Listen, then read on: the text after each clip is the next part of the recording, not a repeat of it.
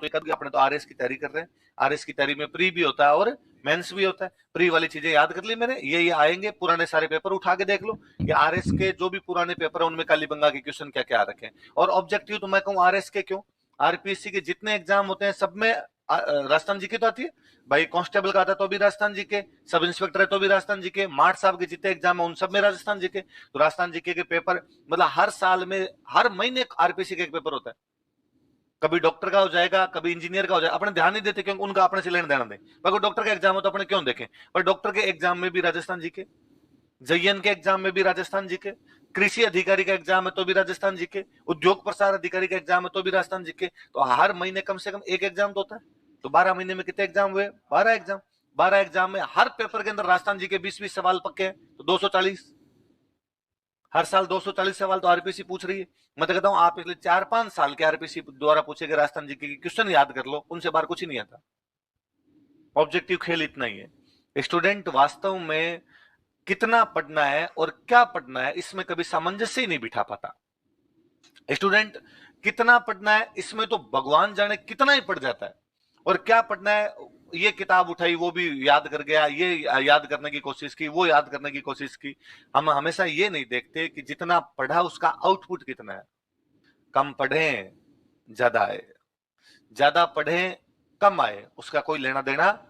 आपने 3 किताबें राजस्थान जीके की याद की और उसके बाद में वही आपके 20 में से सवाल सही वे 16, मैं कहता हूं बनिस्बत आप नोट से याद कर लीजिए, 20 में से 16 तो जाएंगे, उल्टा 18 ही होंगे, 16 नहीं होंगे। क्योंकि कम पढ़ी हुई चीजों का दोबारा रिवीजन किया जा सकता है, अधिक पढ़ी हुई चीजों का दोबारा रिवीजन है ना। तो कई बार क्या है, कोई बच्चा प्री में एडमिशन लेता है तो वो ये दिमाग में धार लेता है कि मेरा प्री में इसलिए मैं मेंस वालों की तरफ देखूंगा भी नहीं, इधर पाप लग जाएगा बाद में, देखना नहीं अपने दोनों देखने। कि जैसे आज कालीबंगा पढ़ा आपने तो कालीबंगा के घर पे जा, कालीबंगा आहड़ 2 पढ़ लिया, जैसे बड़े बड़े कालीबंगा पढ़ लिया, आहड़ पढ़ लिया, बागोर पढ़ लिया, जैसे 3 मान लो बड़ी सभ्यताएं पढ़ ली।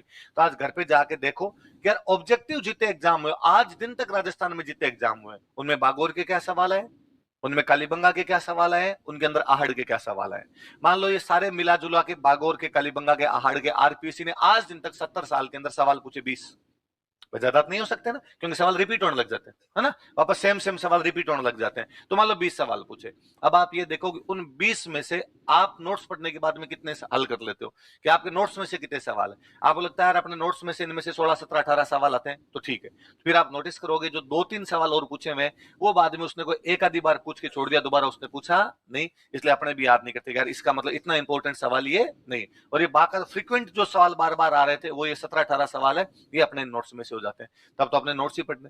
और यदि आप उन क्वेश्चन को देखो और देखने के बाद आपको लगे कि यार आरपीसी ने 20 पूछे हैं, नोट्स में से हो रहे हैं 3, फिर कोचिंग चेंज कर लो, है ना। इसका मतलब आपको पढ़ाने वाला मास्टर अच्छा, तो बस सीधी सी बात है, इसमें कोई है ही नहीं अपने आप। क्यों, आप ग्राहक हो, मैं व्यापारी हूं, इसलिए जागो ग्राहक है, ठोक बजा के चीजें ली जाए, इसके अंदर कुछ नहीं, आपने पैसे दिए हैं, इसलिए जो कोई पढ़ाए वो कम से कम पढ़ाए जो आपके एग्जाम के अंदर है, जो आपके एग्जाम में नहीं है उसको पढ़ाने का कोई तुक नहीं।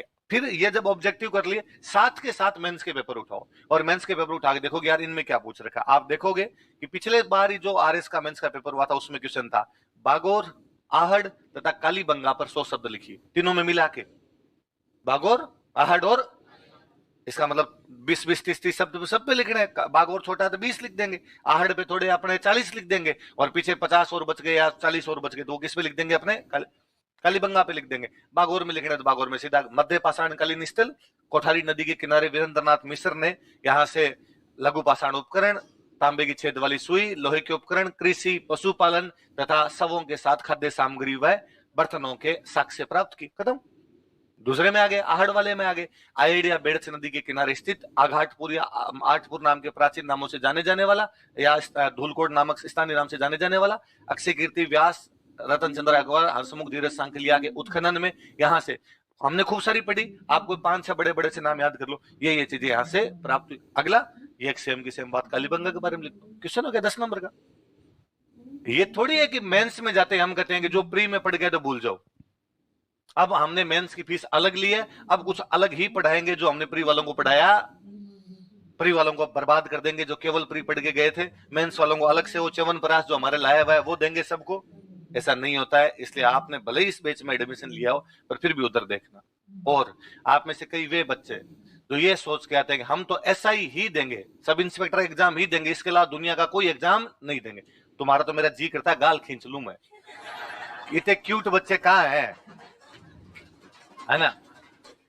जो जो ये सोच के बैठे हैं वो प्लीज अपनी ये सोच निकालिए। अभी जब पिछला सब इंस्पेक्टर का बैच था, पिछले सब इंस्पेक्टर के बैच का जो गेट टुगेदर हुआ भाई, अपने स्प्रिंग बोर्ड के जो जो स्टूडेंट सेलेक्ट हुए हैं उनके लिए वो गेट टुगेदर था उनका। तो मैं भी गया था, हम सारी फैकल्टी गए हुए थे। तो खूब सारे स्टूडेंट, अब यूं तो क्या नॉर्मली जब सिलेक्शन होते हैं तो कई मिलने के लिए आ जाते हैं, कई मिलने के लिए आते हैं, पर मैं नहीं मिल पाता। अब मैं क्लास में बैठा हूँ, वहां कोई स्टूडेंट मिलने के लिए आया तो मैं नहीं मिल पाया उससे। अगली क्लास लगातार हो गई, फिर उसको लगा सर से बाद में मिलेंगे, बाद में उसकी ज्वाइनिंग आ गई, ट्रेनिंग आ गई, 100 बातें रहती है अगले के भी जीवन के अंदर, अपने नहीं मिल पाए। पर वहां सारे एक साथ मिल जाते हैं। हमारा उद्देश्य भी यही रहता है कि यार अपने स्टूडेंट है, सारे एक साथ मिल जाएंगे, अपने भी उनसे बातचीत कर लेंगे। मैं जितने लोगों से मिला उन तमाम का था, या तो उनका यह था कि सर सब इंस्पेक्टर में हो गया, अब आरएस का इंटरव्यू है, तब आरएस वाले इंटरव्यू चल रहे थे, सर इसमें और बताओ क्या क्या करना है।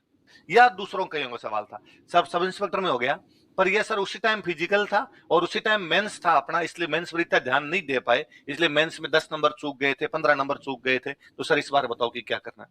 तमाम वे लोग सब इंस्पेक्टर बने जिन्होंने आरएस का मेंस दिया। कोई ये सोचे कि मैं आरएस दूंगा ही नहीं, मैं चिमटी से भी छूना पसंद नहीं करूंगा उस नौकरी को, इतनी गंदी नौकरी भगवान ने कैसे बना दी, मैं इसकी तरफ जाऊंगा ही नहीं। आप नहीं कर रहे, पर आपके कोई भाई उस तैयारी को कर रहे हैं, वो थोड़ा ज्यादा सीरियस होके पढ़ रहे हैं, वो थोड़ी ज्यादा डेप्थ में जाके चीजें पढ़ रहे हैं, स्वाभाविक बात है कि उनके सिलेक्शन होंगे। इसलिए इस प्रकार की बातें कतई दिमाग के अंदर नहीं लानी कि केवल बस दुनिया में एक ही सर्विस बढ़ाई है भगवान ने। मैं देखो आप हम जब ये बेच ही बनाते हैं, इस बेच में हम भी कहते हैं कि ये एसआई और आरएस प्री का बेच है। क्यों कहते हैं हमेशा? क्योंकि सिलेबस सेम है, काके की भी चेंज नहीं हो रहा, सेम का सेम